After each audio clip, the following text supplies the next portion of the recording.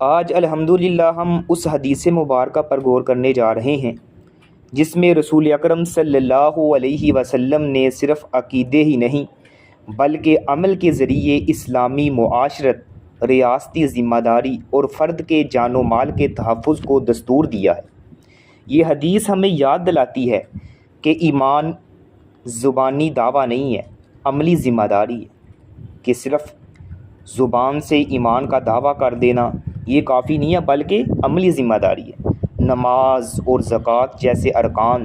صرف عبادات نہیں ہیں بلکہ اجتماعی وفاداری کا میثاق ہیں۔ آج جب دنیا کے کئی حصوں میں مسلمان بے یار و مددگار ہیں تو یہ حدیث ہمیں جھنجھوڑتی ہے، کیا ہم نے اپنے دین کے ان بنیادی تقاضوں کو پورا کیا ہے؟ کیا ہمارا عمل اس بات کی گواہی دیتا ہے کہ کیا ہم واقعی مثالی مسلمان ہیں؟ تو انشاءاللہ آئیں آج کی حدیث میں ایمان، عبادت اور اسلامی سماجی تحفظ کی وہ بنیادی تلاش کریں جو امت کے لیے بیدار ضمیر، صالح قیادت اور پرامن معاشرے کی ضمانت بنے۔ تو آج انشاءاللہ ہم ان کو دیکھیں گے۔ یہ جن سسٹر کا مائک یہ سسٹر ملائکہ نور سے گزارش ہے اپنے مائک کو میوٹ پہ لگائیں، جزاک اللہ۔ تو سب سے پہلے ہم حدیث کا ترجمہ دیکھیں گے، پھر اس کی جو ہے وہ تشریح اور وضاحت کریں گے۔ بسم اللہ الرحمن الرحیم۔ عن ابن عمر رضی اللہ عنہما ان رسول اللہ صلی اللہ علیہ وآلہ وسلم قال، سیدنا عبداللہ بن عمر رضی اللہ تعالیٰ عنہ سے روایت ہے کہ رسول اللہ صلی اللہ علیہ وسلم نے ارشاد فرمایا، امرت ان اقاتل الناس، مجھے حکم دیا گیا ہے اس بات کا کہ میں لوگوں سے جو ہے وہ قتال کروں، جنگ کروں، لڑائی کروں، حتی یشہدوا ان لا الہ الا اللہ، یہاں تک کہ وہ یہ گواہی دیں اللہ کے سوا کوئی معبود برحق نہیں ہے، وَأَنَّ مُحَمَّدَ الرَّسُولُ اللہ، اور محمد رسول اللہ صلی اللہ علیہ وآلہ وسلم اللہ کے سچے رسول ہیں، وَيُقِيمُ الصَّلَاةَ، اور وہ نماز کو قائم کرنے لگیں، وَيُؤْتُ الزَّكَاةَ، اور زکوٰۃ کو ادا کرنے والے بن جائیں، زکوٰۃ ادا کرنے لگیں، فَإِذَا فَعَلُوا ذَلِكَ، پس جب وہ یہ امور کرنے لگ پڑیں گے، عَصَمُوا مِنِّي دِمَاءَهُمْ وَأَمْوَالَهُمْ، تو انہوں نے مجھ سے اپنے جان و مال کو محفوظ کر لیا، إِلَّا بِحَقِّ الْإِسْلَامِ، سوائے اسلام کے حق کے، وَحِسَابُهُمْ عَلَى اللَّهِ تَعَالَى، اور ان کا حساب اللہ سبحانہ و تعالیٰ کے ذمے ہے۔ اس حدیث کو بخاری اور مسلم نے روایت کیا ہے۔ تو اس حدیث کے اندر سب سے پہلے یہ ہے کہ یہ حدیث عام ہے، لیکن قرآن مجید کی ایک آیت اسے خاص کر دیتی ہے۔ حدیث تو عام نہیں ہوتی، لیکن اگر دیکھا جائے تو اس کے عام لفظوں میں اگر کہا جائے تو اس کو ایک قرآن مجید کی ایک آیت بھی اس کو بہت زیادہ خاص کر رہی ہے۔ وہ کیا ہے کہ اللہ تعالیٰ کا ارشاد ہے، قاتل الذین، لڑائی کرو، قتال کرو ان لوگوں سے، لا یؤمنون باللہ، جو اللہ تعالیٰ پر ایمان نہیں لے کر آتے، ولا بالیوم الآخر، اور نہ ہی آخرت کے دن پر ایمان لاتے ہیں، ولا یحرمون ما حرم اللہ، اور نہ ہی وہ ان چیزوں کو حرام کرتے ہیں جن کو اللہ اور اس کے رسول نے حرام کیا ہے، ولا یدینون دین الحق، اور نہ ہی وہ دین حق کو قبول کرتے ہیں، من الذین اوتوا الکتاب، جن لوگوں کو کتاب دی گئی ہے، اور ساتھ فرمایا حتی یعطوا الجزیۃ عن ید وہم صاغرون، یہاں تک کہ وہ ذلیل و خوار ہو کر اپنے ہاتھ سے جزیہ ادا کریں۔ اللہ سبحانہ و تعالیٰ نے فرمایا ہے ان لوگوں کے ساتھ قتال کرو جو قیامت کے دن پر ایمان نہیں لاتے، اللہ اور اس کے رسول کی حرام کردہ چیزوں کو حرام نہیں سمجھتے، نہ ہی تو دین حق کو قبول کرتے ہیں، ایکسیپٹ کرتے ہیں، اور ان لوگوں کو جو کتاب دی گئی ہے، جنوں کو اہل کتاب بھی کہا جاتا ہے، یا دیگر اور بھی لوگ ہیں، وہ ذلیل و خوار ہو کر اپنے ہاتھ سے جزیہ ادا کریں۔ اللہ سبحانہ و تعالیٰ کے جو احکام کی مخالفت کرتا ہے نا، اور اپنی منمانی کرتا ہے، تو اس کے خلاف جہاد کا جو ہے اللہ سبحانہ و تعالیٰ نے حکم دیا ہے۔ یہاں پر ایک بات نا بڑی مشہور و معروف کی جاتی ہے کہ اسلام جو ہے وہ لوگوں کو دہشت گردی کا سبق دیتا ہے، اسلام جو ہے لوگوں کو دہشت گردی کا سبق دیتا ہے، حالانکہ اسلام تو امن پسند دین ہے، اسلام تو لوگوں کے لیے جو ہے وہ سہولتیں فراہم کرتا ہے، لوگوں کو امن دیتا ہے، چاہے وہ کوئی مسلمان ہی کیوں نہ ہو، بلکہ دیگر جو جتنے بھی لوگ ہیں ان کو بھی امن فراہم کرتا ہے، اگرچہ وہ نہ ہی مسلمانوں کے خلاف جو ہے وہ سازشیں کریں، نہ ہی مسلمانوں کے خلاف جو ہے وہ اپنی تلوار کو اٹھائیں، نہ ہی ان کے خلاف کوئی پراپوگنڈے کریں، پھر تو اسلام ان کے لیے بھی امن کا دین ہے۔ اگر وہ اسلام کے خلاف پراپوگنڈے کرتے ہیں، اسلام کے جو ہے وہ جھروں کو جو ہے وہ کھوکھلا کرنے کی کوشش کرتے ہیں یا اسلام کو نقصان پہنچانے کی کوشش کرتے ہیں، پھر اللہ سبحانہ و تعالیٰ نے ان کے خلاف جو ہے وہ حکم دیا ہے۔ تو یہاں پہ لوگ کہتے ہیں جی یہ دیکھیں جی حدیث میں آ رہا ہے کہ نبی علیہ الصلوۃ والسلام کو حکم دیا جا رہا ہے کہ لوگوں سے قتال کرو، لوگوں سے جنگ کرو، تو یہ جو ہے اسلام جو ہے وہ دہشت گردی کا درس دیتا ہے۔ یہ ان لوگوں کے خلاف اسلام نے جنگ کرنے کا حکم دیا ہے جو اسلام کے دشمن ہیں، جو اسلام کے خلاف پراپوگنڈے کرتے ہیں، جو اسلام کے بنیادوں کو جو ہے وہ کھوکھلا کرنے کی کوشش کرتے ہیں، اگرچہ وہ ذمی ہے اور اگرچہ وہ معاہد ہے، ذمی ہے، ذمی ان کو کہا جاتا ہے جو ہو تو کسی اور دین میں لیکن آپ کے ملک میں رہ رہے ہیں اور آپ کے ملک میں رہ کے وہ ٹیکس ادا کر رہے ہیں، تو پھر وہ ان کے خلاف آپ جنگ نہیں کر سکتے۔ ایک ہوتا ہے معاہد جس کے ساتھ آپ کا معاہدہ ہے کہ معاہدہ کیا ہوا ہے، کوئی تحریر کوئی جناب کوئی مرتب کی ہوئی ہے کہ ہم آپ کے خلاف جنگ نہیں کریں گے، اگر آپ پھر ان کے خلاف جنگ کرتے ہیں تو شریعت ان کے خلاف یہ کہتی ہے جو معاہد کے خلاف جنگ کرے یا لڑائی کرے وہ تو جنت کی خوشبو تک نہیں پا سکے گا۔ اسلام نے بڑے جو ہیں ان کو فیسیلیٹیز دی ہیں، اسلام نے ان کو بڑی سہولیات فراہم کی ہیں۔ اگر یہ اسلام کے خلاف اگر اسلام جو ہے وہ دہشت گردی کا درس دیتا تو اسلام ان کو یہ فیسیلیٹیز یہ خصوصیت کیوں دیتا؟ اسلام نے ان کو امن دی ہے، اسلام نے ان لوگوں کے خلاف جنگ کرنے کا حکم دیا جو اسلام کے خلاف پروپیگنڈے کرتے ہیں۔ تو اس حوالے سے یہ جو حدیث تھی اس میں جو ہے اللہ سبحانہ و تعالیٰ نے فرمایا ان لوگوں سے قتل لڑائی کرو جو اللہ اور اس کے رسول پر ایمان نہیں لاتے اور نہ ہی اللہ اور اس کے رسول کی حرام کردہ چیزوں کو حرام سمجھتے ہیں، ان کو وہ کتاب بھی دیے گئے ہیں یہاں تک کہ وہ جزیہ دیں اپنے ہاتھ سے۔ اگر تو وہ جزیہ دیں نا تو پھر ان کے خلاف آپ نے جنگ نہیں کرنی، جزیہ میں ٹیکس ادا کریں، آپ کے ملک میں رہ رہے ہیں، آپ کے ملک اسلامی ممالک میں رہ رہے ہیں تو ان کا حق بنتا ہے وہ ٹیکس دیں، جزیہ دیں۔ اگر وہ جزیہ نہیں دیتے، نہ ہی وہ ایمان لے کے آتے ہیں اللہ اور اس کے رسول پر، نہ ہی اللہ کے بتائے ہوئے طریقے اور ان کی بتائی ہوئی چیزوں کو حرام سمجھتے ہیں، تو پھر ان کے خلاف آپ جنگ کریں۔ تو لوگوں سے جنگ اس وقت تک واجب ہے جب تک وہ اللہ کے دین میں جو ہیں غالب نہ ہوں یا جزیہ ادا نہ کریں، یعنی جب تک لوگوں سے جنگ اس وقت تک واجب ہے جب تک وہ اللہ کے دین میں داخل نہ ہوں یا پھر جزیہ ادا نہ کریں۔ شہادتین کا فقط اقرار کر لینے سے آدمی مسلمان نہیں ہو جاتا، صرف یہ نہیں ہے مسلمان یہ کہ وہ اس نے کلمہ پڑھ لیا مسلمان ہو، اس کے بعد اگر وہ اسلامی شریعت پر کاربند ہوتا ہے تو اس کے لیے بھی وہی حقوق و فرائض ہیں جو دیگر مسلمانوں کے لیے ہیں۔ لیکن اگر وہ کسی رکن کو ترک کر دیتا ہے اور ایسے لوگ مل کر اپنا ایک پرشوکت گروہ بنا لیتے ہیں تو ان سے جنگ کی جائے گی، یعنی اسلام کا لبادہ اور کے جو ہیں باقی جو دین کے رکن ہیں ان کو جو ہے ترک کر دیتے ہیں، وہ کہتے ہیں کہ ہم ان کو ادا نہیں کریں گے، تو ان کے خلاف جو ہے وہ جنگ کرنے کا حکم دیا ہے۔ جیسے سیدنا ابوبکر صدیق رضی اللہ تعالیٰ عنہ نے نبی علیہ الصلوۃ والسلام کی وفات کے بعد چند لوگوں نے مانعین زکوٰۃ نے سر اٹھایا کہ ہم جو ہے اسلام تو ہم نے لے کے آئے ہیں، کلمہ تو ہم نے پڑھا ہے تو ہم مسلمان، لیکن ہم زکوٰۃ ادا نہیں کریں گے۔ تو نبی علیہ الصلوۃ والسلام جناب محمد رسول اللہ صلی اللہ علیہ وسلم کے پیارے صحابی سیدنا ابوبکر صدیق رضی اللہ تعالیٰ عنہ نے فرمایا جو لوگ نبی علیہ الصلوۃ والسلام کے زمانے میں زکوٰۃ ادا کیا کرتے تھے، اب اگر وہ مجھے جو ہے وہ ایک رسی بھی اگر وہ دیتے تھے نا نبی علیہ الصلوۃ والسلام کے زمانے میں، تو اب وہ ایک رسی بھی نہ دیں گے تو میں ان کے خلاف جو ہے وہ اعلان جنگ کروں گا۔ کیوں کروں گا؟ یہ رسی کا لفظ کیوں استعمال ہوا ہے؟ مبالغے کے لیے، یعنی رسی تو نہیں ہے، مقصود تو جانور ہی ہوتا ہے نا اللہ کے راستے میں زکوٰۃ میں۔ تو فرمایا اگر رسی بھی دیا کرتے تھے نا تو اب وہ دینے سے انکار کریں گے تو میں ان کے خلاف جو ہے وہ جنگ کروں گا۔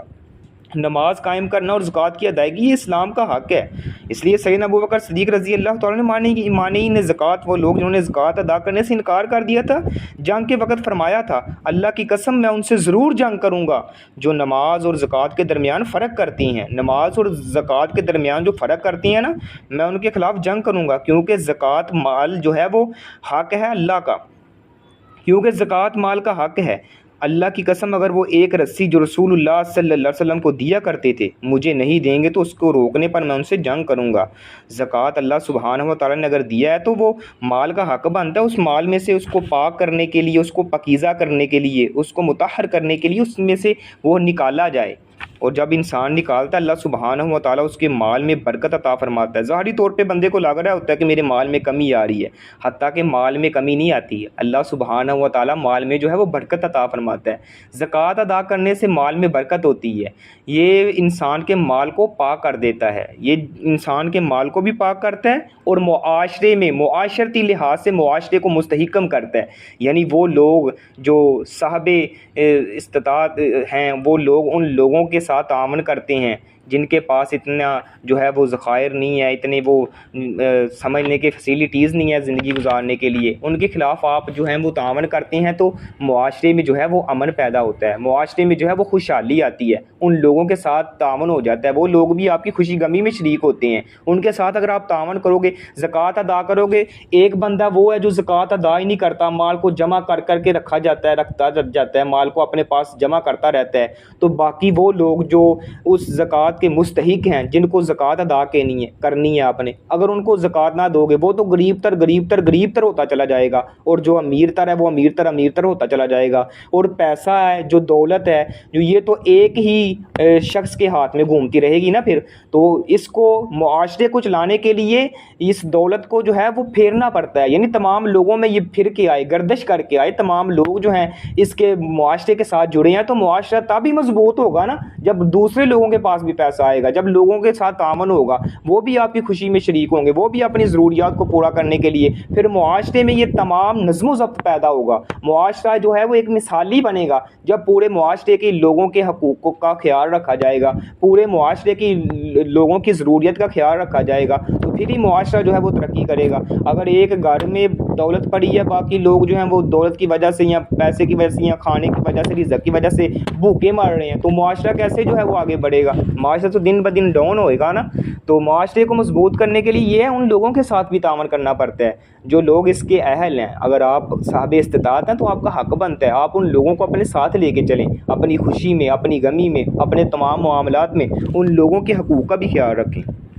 تو نماز اور زکوٰۃ جو ہیں یہ اسلام کے بنیادی رکن ہیں۔ اللہ سبحانہ و تعالیٰ نے جہاں پہ بھی نماز کا جو حکم دیا قرآن مجید میں، کئی بے شمار مقامات ایسے ہیں جہاں پہ اللہ سبحانہ و تعالیٰ نے نماز کا حکم دیا، ساتھ ہی زکوٰۃ کا حکم بھی دیا، فرمایا وَأَقِیمُوا الصَّلَاةَ وَآتُوا الزَّکَاةَ، نماز قائم کرو اور ساتھ فرمایا زکوٰۃ ادا کرو۔ ساتھ ساتھ اللہ سبحانہ و تعالیٰ نے زکوٰۃ کا بھی حکم دیا ہے، فرمایا نماز کو قائم کرو اور زکوٰۃ کو ادا کرو۔ اگر نماز قائم کرتے ہو زکوٰۃ کو ادا نہیں کرتے، گویا کہ آپ ایک رکن کو جو ہے وہ ترک کر رہے ہیں۔ تو ہم نے وہ تمام رکنوں کو ساتھ لے کے چلنا ہے جو اسلام کے 5 بنیادی رکن ہیں۔ آپ نے کلمہ پڑھ لیا، بنی الاسلام علی خمس، اسلام کی بنیاد جو ہے وہ 5 ارکان پر ہے، یعنی ایک امارت ہے، امارت کی اگر 5 نیچے ستون ہیں، اگر وہ ستون جو ہیں وہ مضبوط نہیں نا، کیونکہ یہ ستون جو ہوتے ہیں بنیادیں ہوتی ہیں، ایک عمارت کی بنیادیں مضبوط نہیں ہیں تو وہ عمارت کیسے جو ہے وہ قائم رہ سکے گی، وہ عمارت کیسے جو ہے وہ ایک خوبصورت شکل اختیار، وہ بڑی اگر اس کا ایک بھی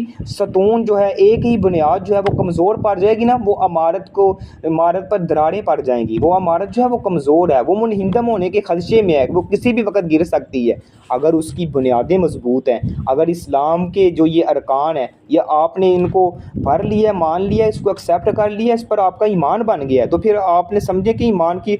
جو بنیادی چیزیں ہیں ان کو سمجھ کر ان پر عمل کرنا شروع کر دیا نا، باقی چیزوں پر عمل کرنا آپ کے لیے آسان ہو جائے گا۔ اگرچہ آپ نے دعویٰ کیا لیکن عملی شکل نہیں دے رہے، تو پھر ہمیں غور و فکر کرنا چاہیے، ہمیں نظر ثانی کرنی چاہیے کہ ہم صرف ابھی زبان کے کھلاڑی بنے ہیں، ہم صرف ابھی زبان سے ادا کر رہے ہیں یہ الفاظ، ہمارے دل میں ابھی ایمان نہیں گیا، ہماری دل کی گہرائی میں بھی ایمان نہیں پہنچا، ابھی تو ہم زبان کے کھلاڑی ہیں۔ جب ہم زبان کے کھلاڑی کے ساتھ ساتھ اب دل کے کھلاڑی بنیں گے نا، تو پھر ہم اپنے وہ میدان میں جو ہیں وہ گول کریں گے، فول نہیں کریں گے۔ اگر زبان کے کھلاڑی ہیں پھر آپ فول کریں گے، گول نہیں کریں گے، اس لیے ہم نے گول کرنا ہے، اپنے مقصد کو جو ہے وہ حاصل کرنا ہے۔ ہمارا مقصد کیا ہے؟ اللہ سبحانہ و تعالیٰ ہمیں جہنم سے بچا کے اپنی جنت میں داخل کر رہے، ہمارا یہ گول ہے، ہمارا یہ مقصد ہے، ہمارا یہ موٹو ہے، ہم نے اس کو جو ہے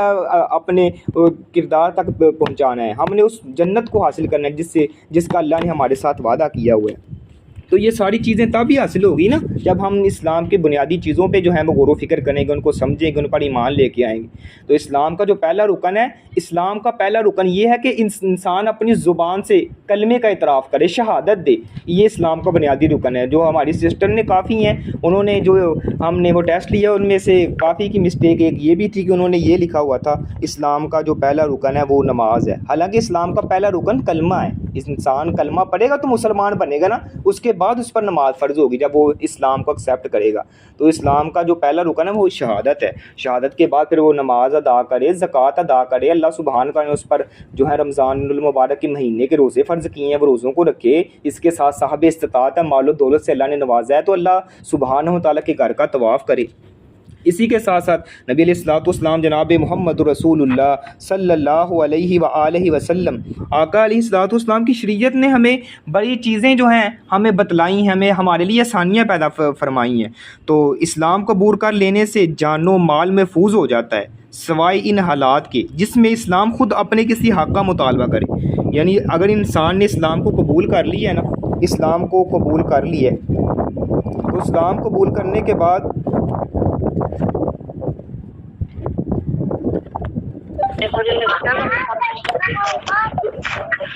السلام علیکم رحمۃ صاحب، سسٹر اپنے مائک کو میوٹ پہ لگائیں، جزاک۔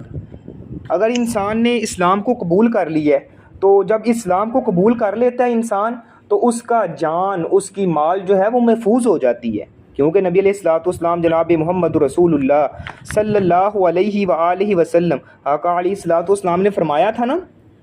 کہ امرت ان اقاتل الناس حتى يشهدوا ان لا الہ الا اللہ وان محمد رسول اللہ ويقيموا الصلاة ويؤتوا الزکاة فاذا فعلوا ذلك، جب یہ تمام معاملات کرنے لگ جائیں گے وہ،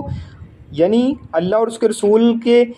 مطابق جو بتائی ہوئی چیزیں ہیں ان کی شریعت کے مطابق اللہ پر ایمان لائیں، اللہ کے رسول پر ایمان لائیں، نماز قائم کریں، زکوٰۃ ادا کریں، جب یہ کر لیں فَإِذَا فَعَلُوا ذَلِكَ، جب یہ امور کر لیں گے عَصَمُوا مِنِّي دِمَاءَهُمْ وَأَمْوَالَهُمْ، انہوں نے مجھ سے اپنی جان و مال کے تحفظ کو جو ہے وہ یقینی بنا لیا ہے، إِلَّا بِحَقِّ الْإِسْلَامِ، سوائے اسلام کے حق کے، وَحِسَابُهُمْ عَلَى اللَّهِ تَعَالَى، پھر ان کا حساب اللہ سبحانہ و تعالیٰ کے ذمے ہے۔ اگر کوئی زبان سے کلمہ پڑھ رہا ہے نا تو آپ اس پر یہ بلیم نہیں لگا سکتے، یہ الزام نہیں لگا سکتے یہ جو جان بوجھ کے جی زبان سے کلمہ پڑھ رہا ہے اس نے دل سے نہیں ایمان لے کے آیا، یہ وہ ایسے نہیں کہیں گے، کیونکہ آپ نے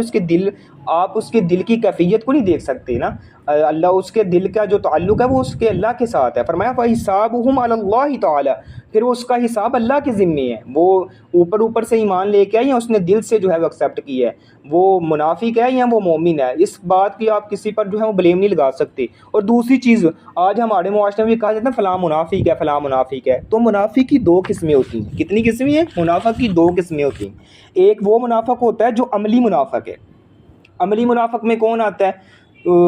جس کے اندر وہ خامیاں پائی جاتی ہیں۔ نبی صلی اللہ علیہ وسلم نے فرمایا منافق کی علامات ہیں، جب بات کرتا ہے تو جھوٹ بولتا ہے، جب وعدہ کرتا ہے تو وعدے کی خلاف ورزی کرتا ہے، اگر اس کے پاس امانت رکھی جائے تو وہ اس میں سے خیانت کرتا ہے اور جھوٹی قسمیں کھاتا ہے، یعنی یہ جو ہے منافق کی علامات بتائی گئی ہیں۔ تو یہ عملی منافق ہے، یعنی اس میں منافق والی علامتیں پائی جا رہی ہیں، عمل پائے جا رہے ہیں۔ ایک ہوتا ہے اعتقادی منافق۔ اعتقادی منافق وہ ہوتا ہے جس نے شروع سے جو نبی صلی اللہ علیہ وسلم کے زمانے میں تھے نا، عبداللہ بن ابی جو رئیس المنافقین تھا، منافقوں کا سردار تھا،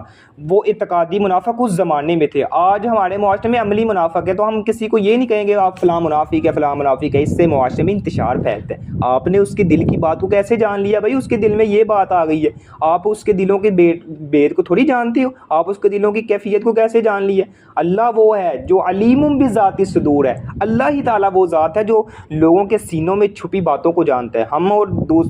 اور آپ کیسے دوسروں پر یہ جو ہیں وہ الزام لگا سکتے ہیں فلاں کے دل میں یہ ہے، وہ فلاں منافق ہے، اس طرح یہ اسلام کے خلاف چیزیں ہیں، ایسے ان سے گریز کرنا چاہیے۔ تو اسلام قبول کر لینے سے جان و مال محفوظ ہو جاتا ہے، سوائے ان حالات میں جس میں اسلام خود اپنے کسی حق کا مطالبہ کرے۔ اگر کسی نے اسلام قبول کیا تو آپ پر پھر حرام ہے آپ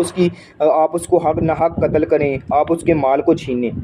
کچھ امور ایسی ہیں جو اسلام لانے کے بعد بھی جن کا اسلام خود مطالبہ کر رہا ہے، پھر وہ اگر آپ نے اسلام قبول بھی کر لیا ہے نا، تو اگر آپ اس میں مجرم ٹھہرے ہیں تو پھر اسلام آپ سے مطالبہ کرتا ہے، پھر آپ کی جان بھی، آپ کی مال بھی، آپ کی عزت بھی وہ محفوظ نہیں ہے۔ وہ کیا طریقے ہیں؟ اس میں یہ ہے کہ مثلا کسی کو آپ نے ناحق قتل کر دیا ہے، کسی کو ناحق قتل کیا ہے تو ناحق قتل کرنے کے بدلے پھر آپ کو قتل کے بدلے قتل کیا جائے گا نا، پھر آپ کی جان مال محفوظ نہیں رہے گی۔ پھر اسلام مطالبہ کرتا ہے اگر کسی نے کسی کو ناحق قتل کیا تو آپ اس کو قتل کے بدلے قتل کیا جائے۔ اگر کوئی شادی شدہ ہے، شادی شدہ ہو کر گناہ کا ارتکاب کرتا ہے، یعنی گناہ کرتا ہے، زنا کرتا ہے، تو اسلام نے اس پر حد مقرر کی ہے، اس کو جو ہے وہ سنسار کیا جائے گا۔ اگر کوئی اسلام لانے کے بعد مرتد ہو جاتا ہے تو اسلام مطالبہ کرتا ہے کہ اس کو جو ہے وہ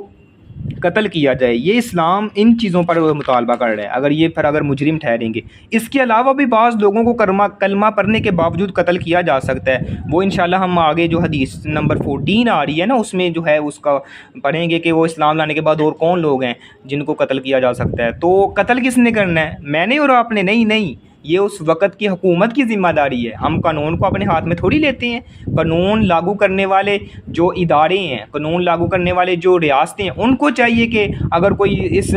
جرم کا ارتکاب کرتا ہے، یعنی کسی کو ناحق قتل کرتا ہے یا کوئی شادی شدہ ہو کر بھی گناہ کا ارتکاب کرتا ہے یا اسلام سے جو ہے منحرف ہو جاتا ہے، مرتد ہو جاتا ہے، تو ان کے خلاف جو ہے وہ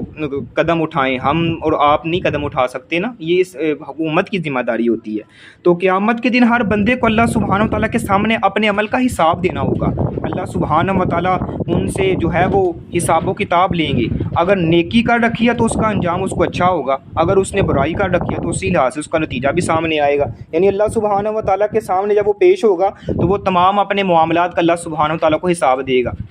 اور اللہ سبحانہ و تعالیٰ سے پوچھیں گے بتا میں نے تجھے زندگی عطا کی ہے، زندگی کو کہاں گزار کے آیا ہے؟ میں نے تجھے جوانی عطا کی، صحت عطا کی، تجھے مال و دولت سے نوازا، کہاں پہ گزار کے آیا ہے؟ تجھے صحت تندرستی دی، کیسے گزار کے آیا ہے؟ انسان کو پھر اس وقت اپنی زندگی کا حساب دینا ہوگا۔ اللہ سبحانہ تعالیٰ نے ہمیں زندگی دی ہے تو یہ اللہ کی نعمت ہے، ہمیں چاہیے کہ اللہ سبحانہ و تعالیٰ کے احکامات کے مطابق جو ہے وہ اپنی زندگی کو گزاریں، اپنے شب و روز، اپنے لیل و نہار، ہر معاملے میں، اپنی صبح، اپنی شام، اپنی دوپہر، اپنے تمام تر لمحات میں اپنے اللہ سبحانہ و تعالیٰ کو یاد رکھیں، اللہ کو نہ بھولیں جس نے انسان پر اتنے احسانات کیے ہیں کہ انسان اپنی ساری زندگی بھی اپنے اس اللہ سبحانہ و تعالیٰ کی نعمتوں کا اعتراف کرتا رہے، گنتا رہے، ان کا شمار کرتا رہے۔ اللہ کی نعمتوں کو گن نہیں سکتا، ان کا شمار نہیں کر سکتا۔ فرمایا ان تعدوا نعمت اللہ لا تحصوها، اگر تم اللہ کی نعمتوں کو گننا شروع کر دو نا، اللہ کی نعمتوں کو گن نہیں سکتے۔ آپ کی زندگی کے جو دن ہیں وہ کم ہو سکتے ہیں، آپ کی زندگی کے دن ختم ہو سکتے ہیں، آپ کی زندگی کے دنوں کے گھنٹے، آپ کی زندگی کے دنوں کے گھنٹوں کے منٹ سیکنڈ ختم ہو سکتے ہیں، لیکن آپ اللہ سبحانہ و تعالیٰ کی نعمتوں کا شمار نہیں کر سکتے، اور اللہ کی نعمت کا جو ہے وہ بدلہ نہیں چکا سکتے۔ اگر آپ کہیں گے نا میں اپنے عملوں کی وجہ سے جنت میں جاؤں گا تو یہ ناممکن ہے، یہ امپاسبل ہے۔ آپ اپنی عملوں کی وجہ سے جنت میں نہیں جا سکتے۔ نبی علیہ الصلوۃ والسلام نے فرمایا دعا کیا کریں اللہ سبحانہ و تعالیٰ۔ صحابہ نے کہا یا رسول اللہ آپ بھی اپنے عملوں کی وجہ سے جنت میں نہیں جائیں گے؟ آپ علیہ الصلوۃ والسلام نے فرمایا ہاں میں بھی اپنے عملوں کی وجہ سے جنت میں نہیں جاؤں گا، مگر میں اپنے رب کی رحمت کے ساتھ جنت میں جاؤں گا۔ ایک شخص نا اگرچہ اس حدیث میں شاید تھوڑی بہت جو ہے وہ ذوف آتی ہے، ایک شخص نے کہا کہ میں جو ہوں وہ اپنے عملوں کی وجہ سے جنت میں جاؤں گا۔ اللہ سبحانہ و تعالیٰ اس کو قیامت کے دن فرمائیں گے، اس کی ایک آنکھ نکال لی جائے گی اور رکھی جائے گی ایک ترازو میں، اللہ سبحانہ و تعالیٰ اس کی زندگی کے تمام اعمالوں کو ایک پلڑے میں رکھیں گے، اس کی آنکھ کے ایک جو ہے وہ ایک آنکھ کو اس کے ایک ترازو کے پلڑے میں رکھیں گے، تو وہ زندگی کے تمام تر اس کے اعمال جو ہیں اعمال صالحہ وہ جو ہیں وہ ہلکے پڑ جائیں گے، اللہ سبحانہ و تعالیٰ کے پلڑے میں رکھی ہوئی اس آنکھ کا اتنا وزن ہو جائے گا کہ وہ پلڑا بھاری ہو جائے گا۔ اللہ فرمائے گا تو نے تو کہا تھا میں اپنے عملوں کی وجہ سے جنت میں جاؤں گا، بتا تو اللہ کی ایک نعمت جو اللہ نے تجھے آنکھ عطا کی ہے تو اس کا بدلہ نہیں چکا کے آیا، تو اس کا حق ادا نہیں کر کے آیا، تو اس کا جو ہے وہ احسان چکا کے نہیں آیا، تو کیسے جنت میں جا سکتا ہے؟ اس لیے یہ دعا کیا کریں، ہم نے اپنے عملوں کی وجہ سے جنت میں نہیں جانا، ہم نے اپنے رب کی رحمت کی وجہ سے جنت میں جانا ہے۔ میرے اور آپ کے پلے کیا اعمال ہیں؟ ہم تو جو ہیں ہماری تو آنکھ اتنی محفوظ نہیں ہے، ہماری تو آنکھ کسی کی مادی وسائل پر جائے نا تو واپس نہیں آتی، یعنی کسی کی کلر سکیم پر جائے ہماری آنکھ تو واپس نہیں آتی۔ ہم تو جناب اتنا کسی کی بلڈنگ، کسی کی عمارت، کسی کا گھر دیکھ کے متاثر ہو جاتے ہیں، ہم تو کسی کی گاڑی دیکھ کے متاثر ہو جاتے ہیں، کسی کی کلر سکیم دیکھ کے متاثر ہو جاتے ہیں، کسی کی اچھی جاب دیکھ کے متاثر ہو جاتے ہیں، ہم تو کسی کی اچھی پوسٹ دیکھ کے متاثر ہو جاتے ہیں۔ میں نے اور آپ نے اللہ سبحانہ تعالیٰ کو سمجھا ہی نہیں ہے۔ جب آپ نے اللہ کو دل اور اپنے اللہ کو اپنے دل کی گہرائیوں سے سمجھنا شروع کر دیا نا، پھر دنیا کے اندر یہ بلڈنگیں، یہ عمارتیں، یہ کوٹھیاں، یہ کاریں آپ کو لوہے کا پیپا لگیں گی. یہ بلڈنگیں، عمارتیں تمہاری نظروں میں کچھ بھی نہیں. تم سمجھو گے یہ بس ایسا ہی ہیں لوگ جو ہیں وہ دنیا کے اندر جو ہیں وہ اپنے رہنے کے لیے یہ بنا رہے ہیں. ان کو فوکس کرنا چاہیے آخرت کی زندگی پر. یہ بلڈنگیں، عمارتیں، ان کو یہ کچھ بھی نظر نہیں آئیں گی. وہ سمجھیں گے یہ ایسے مٹی کی ڈھیری ہیں. وہ جناب اس گاڑیوں کو، ان کرولا، یہ فارچونر، پراڈو لوگوں گاڑیوں کو یہ لوہے کا پیپا سمجھیں گے ان کی نظروں میں. ہماری نظر تو کسی کی کلر اسکیم پر جائے تو واپس نہیں آتی، کسی کی بلڈنگ کی طرف جائے تو واپس نہیں آتی. ہم نے اگر اللہ سبحانہ تعالیٰ کو صحیح معنوں میں سمجھا ہوتا نا، اللہ سبحانہ تعالیٰ کو صحیح معنوں میں، اللہ کی صحیح معنوں میں معرفت حاصل کی ہوتی، تو ہمیں پھر پتہ چلتا اللہ ہم سے مطالبات کیا کر رہا ہے اور ہم نے اللہ کے بتائے ہوئے طریقے کے مطابق زندگی کیسے بسر کرنی ہے. اس کے دن رات، اس کے شب و روز میں وہ چینجنگ آتی جو ہمارے اندر اور آپ کے اندر چینجنگ نہیں ہے. مثالی مسلمان وہ ہوتا ہے جس کے شب و روز، جس کے لیل و نہار میں ہر وقت، ہر لحاظ، ہر وقت، ہر منٹ، ہر سیکنڈ اللہ سبحانہ و تعالیٰ کے معاملات، اللہ سبحانہ تعالیٰ کے بتائے ہوئے طریقوں کے مطابق زندگی بسر کرنے کی مہک آتی ہے، خوشبو آتی ہے. ہم تو قدم قدم پر جو ہے وہ شیطان کا ساتھ دینا شروع کر دیتے ہیں، قدم قدم پر بہک جاتے ہیں، قدم قدم پر جو ہیں ہماری مخالفتیں اللہ اور اس کے رسول کے خلاف ہو جاتی ہیں. ہم نے تو صحیح معنوں میں اللہ اور اس کے رسول کے احکامات کو سمجھا ہی نہیں ہے. اللہ ہم سے مطالبات کس طرح کے کر رہا ہے، اللہ ہم سے ڈیمانڈ کس طرح کی کر رہا ہے. اللہ کو کیا ضرورت ہے ہمارے مال کی، اللہ کو کیا ضرورت ہے ہماری قربانیوں کی، اللہ کو کیا ضرورت ہے ہمارے صدقے خیرات کی، اللہ کو کیا ضرورت ہے ہماری نیکیوں کی، اللہ کو کیا ضرورت ہے ہمارے سجدوں کی. کوئی اللہ تو ہمارے دلوں کے تقوی دیکھ رہا ہے. اللہ تو یہ دیکھ رہا ہے میرے سے ڈرنے والا کون ہے. اللہ فرماتا ہے لن ینال اللہ لحومها ولا دماؤها ولکن ینالہ التقوی منکم. اور مجھے تمہاری قربانیوں کے یہ گوشت نہیں پہنچتے، تمہارے جانوروں کے خون نہیں پہنچتے، اور مجھے تو تمہارے تقویٰ کی ضرورت ہوتی ہے. میں تو دیکھتا ہوں مجھ سے ڈرنے والا کون ہے. ایک جگہ پہ نبی اللہ تعالیٰ فرماتے ہیں ان اکرمکم عند اللہ اتقاکم. میرے نزدیک عزت والا پتہ کون ہے؟ جس کے پاس بینک بیلنس ہے، جس کے پاس مال و دولت ہے، جس کے پاس رزق ہے، جس کے پاس اچھی جاب ہے، جس کے پاس جناب اچھی گاڑی ہیں، نوکر چاکر ہیں، وہ بڑا لینڈ لارڈ ہے. نہیں، میرے نزدیک عزت والا وہ نہیں ہے. اچھا اللہ جی کون ہے پھر آپ کے نزدیک عزت والا؟ فرمایا ان اکرمکم عند اللہ اتقاکم. ہاں میرے نزدیک عزت والا وہ ہے جو متقی ہے، جو پرہیزگار ہے، جو ہر گناہ سے بچنے والا ہے، نیکی کو اختیار کرنے والا ہے، جو تقوی والا ہے. تقوی کسے کہتے ہیں؟ آج ہمیں تقوی کا نہیں پتہ. تقوی کی معنی ایسے سمجھ لیں، سیدنا عمر رضی اللہ تعالیٰ عنہ نے نا حضرت کعب بن احبار سے پوچھا مجھے تقوی کی بارے میں بتائیں، تقوی کسے کہتے ہیں؟ تو نبی علیہ الصلوۃ والسلام کے اس پیارے صحابہ کعب نے فرمایا کیا آپ کا گزر کبھی کانٹے دار جھاڑیوں سے نہیں ہوا؟ فرمایا کیوں نہیں، بے شمار دفعہ ایسا ہوا کہ میں کانٹے دار جھاڑیوں سے گزرا ہوں. تو سیدنا کعب فرماتے ہیں آپ کیسے گزرتے ہیں کانٹے دار جھاڑیوں سے؟ کہتے ہیں کہ میں اپنے لباس کو سمیٹ کے، اپنے جسم کو سمیٹ کے گزرتا ہوں، کہیں کوئی کانٹا جو ہے میرے جسم کو، میرے بدن کو نہ لگ جائے. فرمایا یہی تقوی انسان زندگی بسر کرتا ہے، اس معاشرے میں رہ کے، اس دنیا میں رہ کر زندگی بسر کرتا ہے، ہر گناہ سے ایسے ہی بچے جیسے انسان کانٹے دار جھاڑیوں سے بچتا ہے، اپنے جسم کو بچاتا ہے، اپنے لباس کو بچاتا ہے. تو ایک اچھا مسلمان وہی ہے، مثالی مسلمان وہی ہے جو انسان دنیا میں رہتے ہوئے شیطان کے ہر جناب داؤ سے بچتا ہے، ہر گناہ سے بچتا ہے، ہر اللہ رب العالمین کی جو معصیت والی چیز ہے، معصیت والے معاملات ہیں، اس سے بچ کے اللہ سبحانہ و تعالیٰ کو راضی کرتے چلا جاتا ہے. یہی انسان جو ہے وہ کامیاب ہے، یہی انسان تقوی والا ہے. تو اللہ کو ایسے لوگ پسند ہیں. فرمایا ان اکرمکم عند اللہ اتقاکم، میرے نزدیک عزت والا جو وہ ہے جو تقوی والا ہے. تو الحمدللہ آج کی حدیث نے ہمیں یہ حقیقت سمجھا دی ہے کہ اسلام صرف زبان سے کہہ دینا نہیں ہے بلکہ عمل سے ثابت کرنا ہے، کیونکہ عمل سے زندگی بنتی ہے، جنت بھی جہنم بھی. یہ خاکی اپنی فطرت میں نہ نوری ہے نہ ناری ہے. کلمہ پڑھنا شرط ایمان ہے، لیکن نماز اور زکوٰۃ ادا کرنا شرط وفاداری ہے. جو مسلمان ہے دین کے بنیادی ارکان پر قائم ہو جاتا ہے، اس کی جان، مال، عزت شریعت کے تحفظ میں آ جاتی ہے. یہ حدیث ہمیں بطور مثالی مسلمان جھنجھوڑتی ہے. کیا ہم واقعی اپنے دین کے فرائض کو نبھا رہے ہیں؟ کیا ہمارے ارد گرد موجود افراد ہمارے عمل سے محفوظ ہیں؟ کیا ہم نماز کے پابند اور زکوٰۃ ادا کرنے والے مسلمان ہیں؟ اگر نہیں تو پھر ہمیں اپنے ایمان کی سچائی اور عمل کی درستگی کا جائزہ لینا ہوگا. آئیے ہم عہد کریں، ہم ایسے مسلمان بنیں گے جن کی زبان سے کلمہ نکلے تو دل ایمان سے بڑھ جائے. اللہ اکبر. یعنی ایسے مسلمان بنیں جن کی زبان سے جب کلمہ نکلے نا تو زبان سے کلمہ نکلے، دل ایمان سے بڑھ جائے. جب ہم ایسے مسلمان بنیں گے نا، اللہ سبحانہ و تعالیٰ کے جو ہے وہ فرشتوں پر رشک کرے گا۔ تم کہتے تھے اے اللہ تو ایسے لوگوں کو پیدا کرے گا جو خون بہائیں گے، جو فساد کریں گے، دیکھو میرے بندے کیسے میرے ساتھ مخلص ہیں، کیسے میرے دین کے ساتھ مخلص ہیں۔ یعنی ہم اللہ سبحانہ و تعالیٰ سے ایسے پکے سچے مسلمان بنے کہ ہم زبان سے کلمہ بھی نکالیں تو ہمارا دل جو ہے ایمان سے بھر جائے، جن کی نماز دنیا سے ان کا تعلق کو رب سے جوڑ دے، جن کی نماز دنیا سے ان کے تعلق کو رب کے ساتھ جوڑ دے، ہماری نماز ایسی ہو جو ہمارا تعلق رب کے ساتھ جوڑے، جن کی زکوٰۃ معاشرے میں خیر و رحمت بانٹے، ایسے مسلمان ہم بنیں جن کا وجود دنیا کو امن، تحفظ اور وفا کا پیغام دے۔ یعنی ہمارا وجود کسی کے لیے باعث شر نہ بنے بلکہ باعث خیر بنے، امن کا سبب بنے، تحفظ کا سبب بنے، وفا کا پیغام بنے، کیونکہ سچا مسلمان تو وہی ہے نا جس کے ہاتھ اور زبان سے دوسرے مسلمان محفوظ ہیں۔ یہ تھا آج کے ہمارے اس حدیث کا خلاصہ۔ تو اللہ سبحانہ و تعالیٰ سے دعا ہے اللہ ہمیں صحیح معنوں میں کتاب و سنت پر عمل کرنے والا بنائے، جو کچھ سنا ہے جو سنایا ہے اللہ میرے سمیت ہم سب کو عمل کرنے کی توفیق